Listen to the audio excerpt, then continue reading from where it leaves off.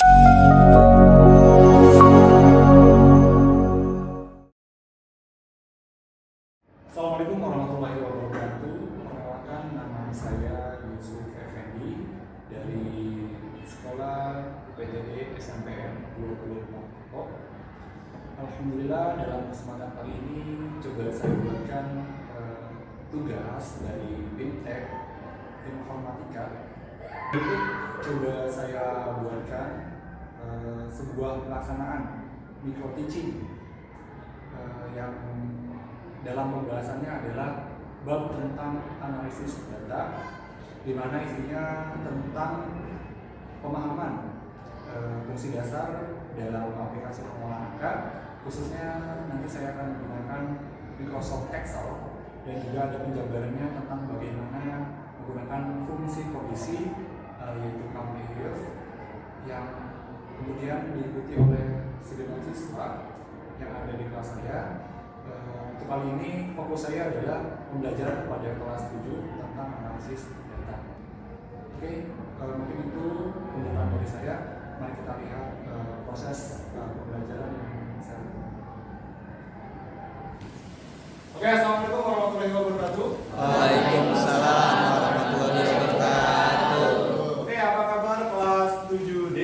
Alhamdulillah baik, Pak. Oke, kita akan melanjutkan bab keempat tentang analisis data ya. Di sini kita akan membahas banyak hal. Tujuan kalian membahas bab ini adalah yang pertama, kalian harus mampu mengolah dan menganalisis kumpulan data, mencari suatu data tertentu, serta memfilter data dengan kriteria tertentu. Ya. Oke. Analisis data ini identik dengan aplikasi pengolah angka. Ya. Dan kita akan praktik menggunakan Microsoft Excel. Excel ya, betul. Itu yang sangat familiar oleh kita. Oke. Kemudian kita akan menggunakan laptop sebagai media pembelajarannya ya. Kita langsung aja masuk ke Microsoft Excel-nya. Silakan kalian buka Microsoft Excel-nya. Oke, Pak. Sudah? Sudah. Oke. Nah, di dalam Microsoft Excel ada banyak fitur yang terdapat di dalamnya. Yang pertama adalah kita pahami dulu nih, fungsi dari kursor. Oke ya. Ada sekitar 5 bentuk kursor atau lebih di dalam Microsoft Excel. Yang pertama adalah kursor dengan bentuk plus warna putih. Oke. Di situ digunakan untuk memblok sebuah sel. Caranya adalah klik kiri tahan, kemudian tarik kursornya.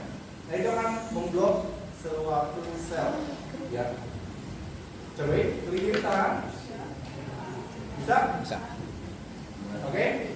Klik kiri ada di touchpad di bagian bawah. Klik kiri tahan, kemudian geser. Nah, itu digunakan untuk memblok suatu sel.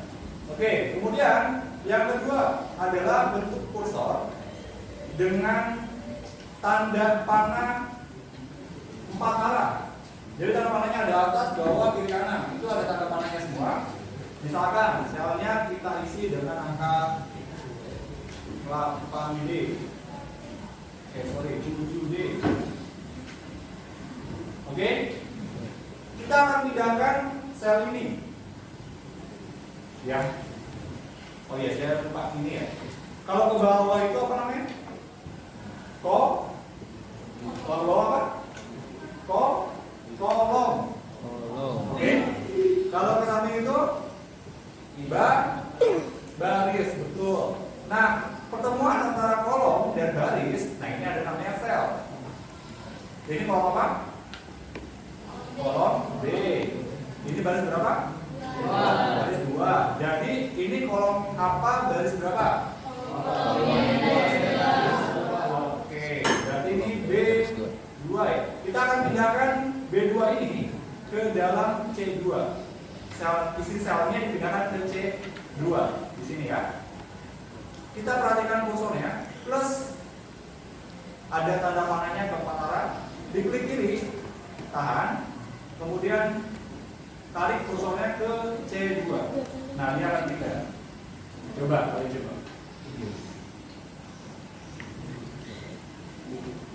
Bisa? Ada yang tidak bisa? Oke, bisa ya?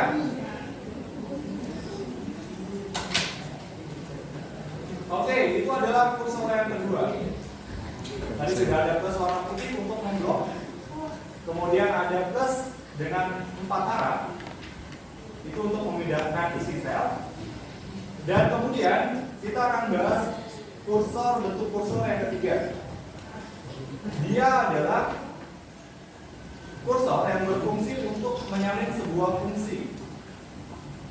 Misalkan kita yang simpel dulu deh.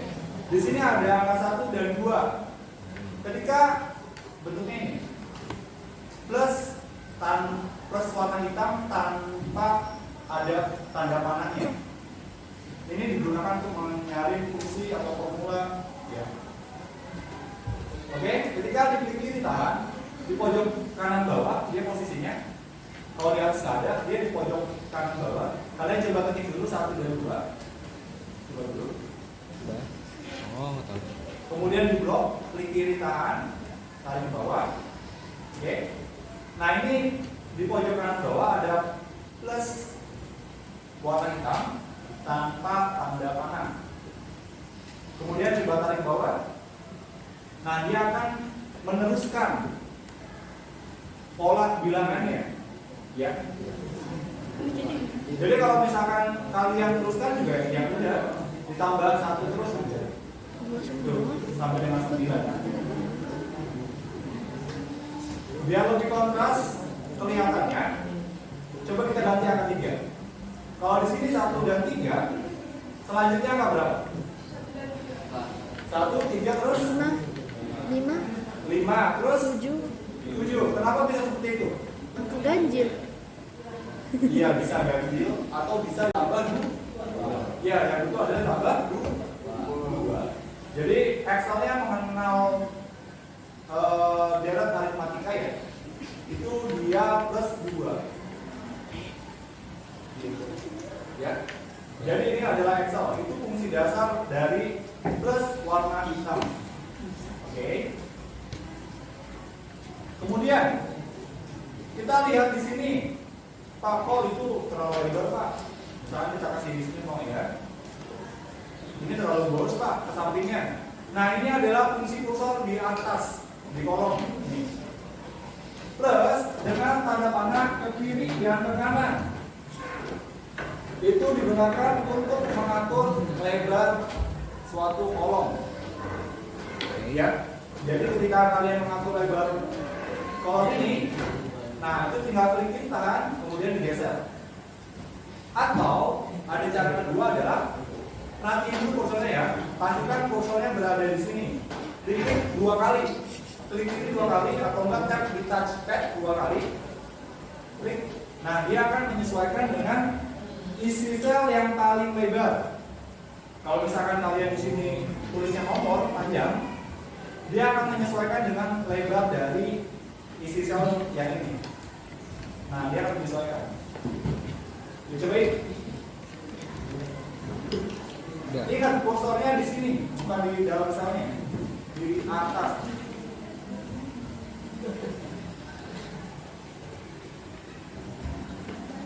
Oke? Bisa? Oke. Kemudian ada bentuk kursor dengan tanda panah ke bawah. Ini digunakan untuk memblok satu kolom sampai ke bawah. Ketika diklik, nah dia akan memblok semua untuk bawah. Ini berfungsi ketika kita misalkan di sini ada nama, ya misalkan A, B, C, D, gitu ya, E, F, gitu ya. Nah ini kan ada 2 kolom nih, tapi kita pengen lebar kolomnya itu sama gitu ya. Kita kombinasikan. Yang pertama ini adalah untuk memblok satu kolom ke bawah, kita bloknya 2 kolom. Nah, kita klik 2 kali di sini.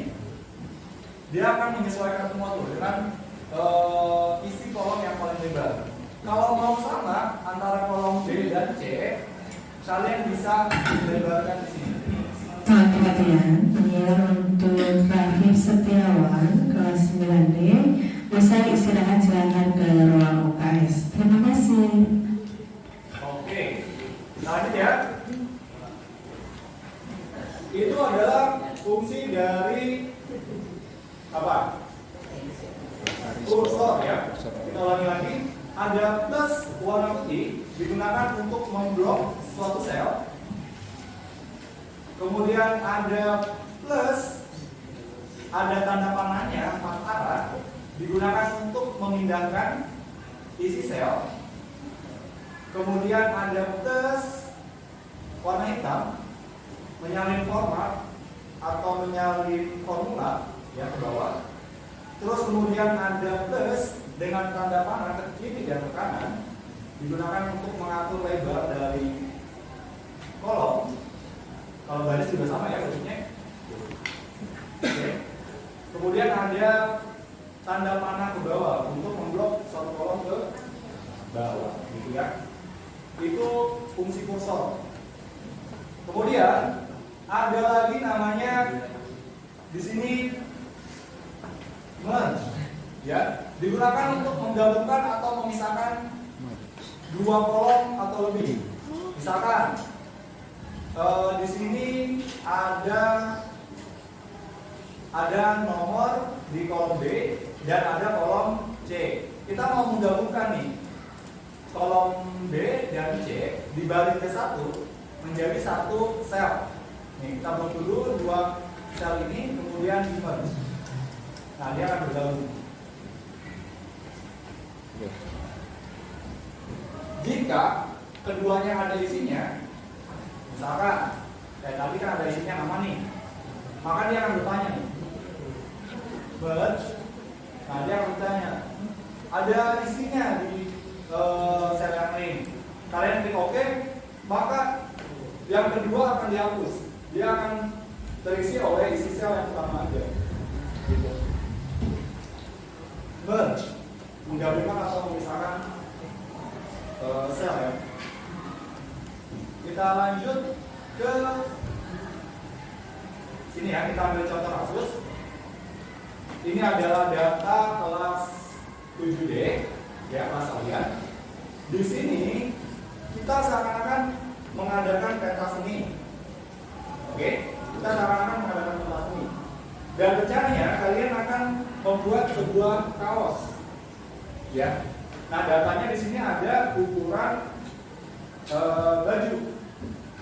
Bendahara diminta untuk menghitung berapa jumlah siswa atau murid yang meminta ukuran XXL dan seterusnya, ada XL, ada L, dan ada M, gitu ya.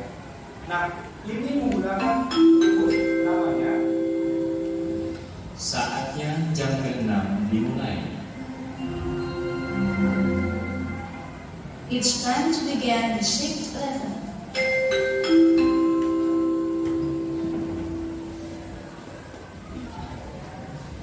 Oke, kita lanjut.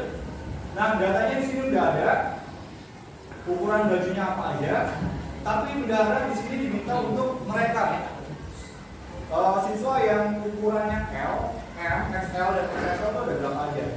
Nah, di sini kita bisa menggunakan rumus count if. Ya, ini ada rumus kondisi. Jadi penjelasannya ini, data akan dihitung if itu artinya jika, kondisi jika ukuran bajunya XXL. Di sini kalian lihat, di sini ada XXL ya. Data dari ukuran baju ini ini kolom apa? Kolom N garis ke 4 sampai dengan kolom E garis ke 39. Nah, dari kolom M4 sampai M39 yang isinya XXL ada berapa? Baca formulanya gitu, baca rumusnya gitu. Oke, kan if dari E4 sampai dengan E39 yang isinya XXL ada berapa? Kan ada satu kan di sini kan ya, atas nama Anandita ya. Nah di sini berarti keluarnya satu. Seperti itu penggunaan Calvin. Kayak siklus. Itu namanya rumus suatu kondisi. Jadi dijumlahkan ketika kondisinya apa. Yang kedua, yang XL kolomnya sama E4 sampai E39, tapi kondisinya yang beda. Dijumlahkan ketika kondisinya apa? XL, ya. Jadi dia akan menghitung yang XL saja. Ini namanya kondisi, struktur kondisi. Oke, sampai sini cukup jelas? Oke ya, kita lihat dulu lagi. Kursor ada sekitar 5 plus warna putih digunakan untuk apa? Block cell. Memblok sel. Kemudian plus ada tanda panahnya, tempat arah digunakan untuk apa? Memindahkan isi sel. Kemudian ada plus tanpa ada panahnya, warna hitam digunakan untuk apa? Garis format ya. Nah, jadi terus itu 12, 15, sampai 17, terus. Kalau plus ada tanda panah kiri dan kanan, mengatur apa? Besar kecil, lebar ya, lebar Lebar dari sel. Oh, Lebar dari bawah. yang terakhir kalau ada tanda panah ke bawah warna hitam, Ini semua. memblok semua. Ya, isi satu kolom. Oke, untuk materinya sampai sini. Silakan, ada pertanyaan? Tidak ada. Oke, cukup jelas ya? Ya, jadi ini adalah analisis data. Sebuah software yang digunakan untuk operasi penghitungan, pengolahan angka. Digunakan ketika, nah ini, kalau misalkan kalian menghitung satu-satu nih, di sini ukuran baju, yang kanan berapa? L1, 2, 3. Itu akan beresiko ada namanya human error. Bisa aja salah hitung kan? Iya. Iya, kalau misalkan pakai rumus ini, ya udah aplikasi aja gitu. Nah ini aplikasi pengolahan angka mempermudah sosok bendahara dalam mengakumulasi yang ukuran baju-nya ada berapa nih. Kemudian kan bisa jadikan sehingga next Excel tuh harganya berapa per bajunya, Excel itu per bajunya berapa, tinggal dikalikan. Oke, jika tidak ada pertanyaan, saya rasa cukup. Ini adalah bab analisis data. Ini sangat berguna untuk kalian ke depannya. Mau kalian SMA atau kuliah gitu ya. Ini akan terus digunakan gitu ya.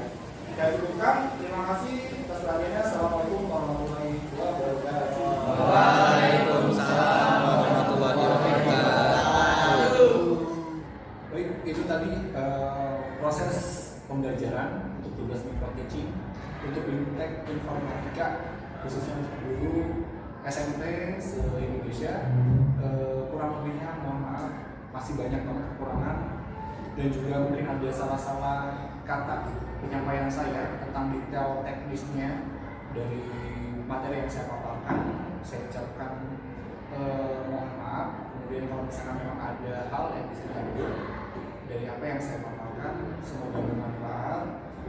Sampai jumpa di Bimtek selanjutnya. Semangat terus para guru informatika se-Indonesia. Terus kembangkan diri, jangan pernah putus asa dalam proses pengembangan diri. Suatu pesan dari pemateri kami yaitu Ibu Indrian Yuling bahwa untuk menjaga semangat itu harus cintai siswa, cintai pendidikan dan cintai Indonesia. Semangat terus guru hebat Indonesia. Assalamualaikum warahmatullahi wabarakatuh.